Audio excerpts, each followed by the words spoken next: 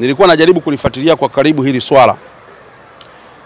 Nimelifuatilia kwa karibu, nikagundua kwamba endorsement ambazo zinatoka kwenye taasisi kama 47 ambazo ni washirika wa TFF pamoja na wadau wa TFF, kwa maana ya kwamba zile klabu 16 za ligi kuu, vyama vya mikoa 26 inakuwa 42 pamoja na vyama shiriki vitano, jumla inakuwa 47.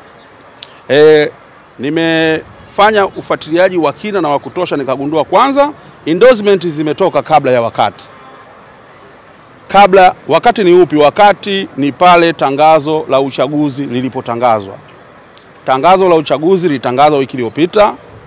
Uchukuaji na urudishaji wa fomu ulianza Jumatatu iliyopita, leo Ijumaa ndio mwisho wa kurudisha fomu. Lakini endorsement zimefanyika kipindi kirefu nyuma kabla ya tangazo la uchaguzi. Hili swala kikanuni sio sawa. Na mimi nimefuatilia kwa karibu sana. Nimefuatilia mpaka kujua endorsement hizi zimechukuliwa na rais wa sasa, na mheshimu sana kaka yangu, mhasibu mwenzangu, Bwana Wallace Karia. Amechukua endorsement karibu zote, kwa maana ya 46 except moja. Sasa kanuni za uchaguzi, ibara ya 10 kifungu cha 4 na cha 5 vinaelekeza kwamba wagombea nafasi ya urais wanatakiwa wapate endorsement zisizopungua 5, yaani kuanzia 5 na kuendelea. Lengo la ile kanuni ni kuhakikisha kwamba hawa watu wanaokuja kugombea basi wawe ni watu ambao wanatoka kwenye familia ya mpira. Ndio lengo la ile kanuni. Sasa inapotokea mgombea mmoja, tena kwa bahati mbaya rais aliyepo madarakani anapochukua endorsement zote, maana yake ni kwamba anazuia wagombea wengine wasiingie kwenye uchaguzi. Sasa intention ya kile kifungu cha kikatiba pamoja na regulation ilikuwa ni kwamba kuhakikisha kwamba hawa watu wanapata endorsement kwenye vyama vya mpira pamoja na associates, ili tupate mtu sahihi, kwa maana kwamba mtu wa mpira aingie ndani.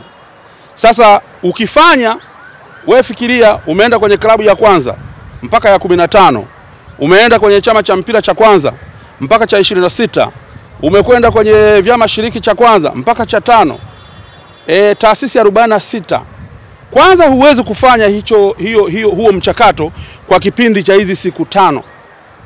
Ni lazima uwe ni mchakato ambao umetumia muda mrefu. Jambo la kwanza. Kwa kufanya hivi, maana yake ni kwamba Mheshimiwa Rais, kama nilivyotangulia kusema na mheshimu sana, amefanya jambo ambalo nisiseme kwamba nina kihuni, kutokana na heshima kubwa niliyokuwa nayo kwa rais wangu. Niseme kwamba jambo lisilo la kiungwana. Hili jambo lisilo la kiungwana.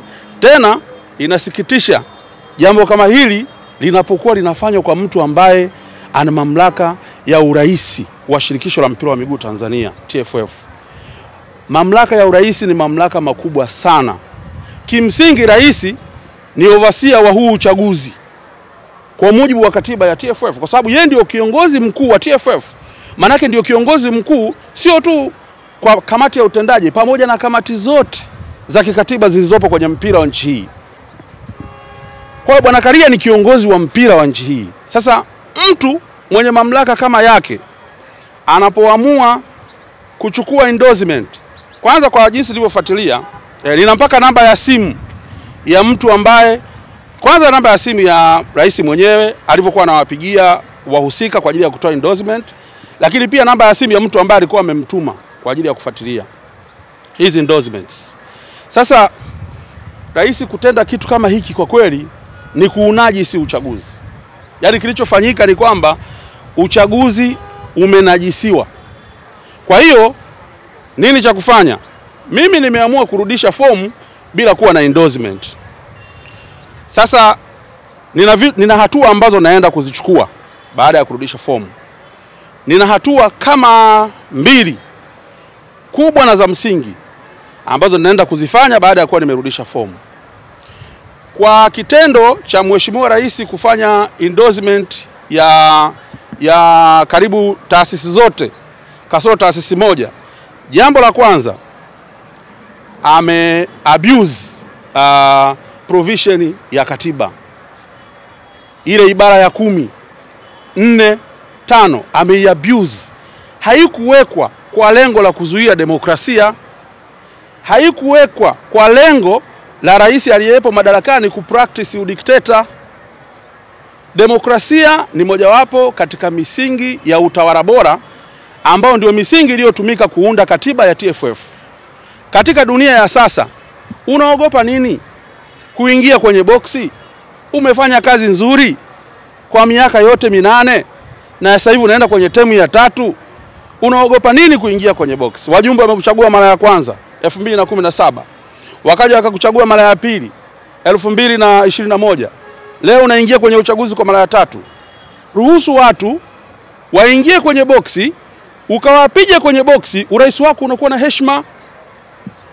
Rais uliopo madarakani unapokuwa unafanya hila ili watu wasigombee, hata ule urais wako unakuwa hauna heshima.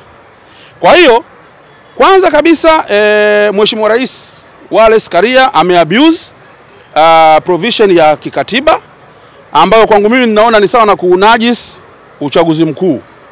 Hilo jambo la kwanza. Kitendo cha kublock endorsement kwa wagombea wengine, hicho kitendo ni kosa la kimaadili. Hicho kitendo ni matumizi mabaya ya madaraka.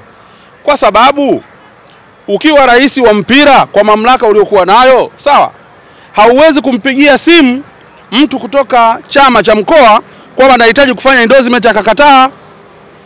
Sasa kama watu wote kutoka vyama vya mikoa, klabu ambao wanaheshimu mamlaka yako wanakuja kuchukua endorsement, unachukua endorsement zote, manake rais ametumia vibaya madaraka yake. Sasa kutumia vibaya madaraka uliokuwa nayo ni kosa kwa mujibu wa maadili ya TFF. Ninakusudia kumfikisha Mheshimiwa Rais kwenye kamati ya maadili ya TFF, kwa sababu ndio avenue iliyopo inayoweza kusaidia kuweza kutengua situation ambayo ipo. Hilo jambo la kwanza, kwa sababu ni kosa la kimaadili. Lakini pili, tunayo kamati ya rufaa ya uchaguzi ya TFF. Ninafikiria pia kuandika barua ya pili kuipeleka kwenye kamati ya rufaa ya TFF kueleza hii situation jinsi ilivyotokea, kukata rufaa ushiriki wa Bwana Wallace Karia kwenye huu mchakato, kwa sababu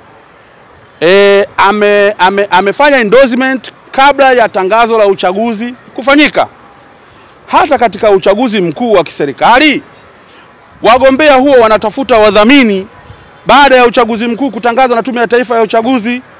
Sasa iweje Mheshimiwa Rais yeye ametafuta endorsement, amefanya endorsement kabla ya tangazo la uchaguzi?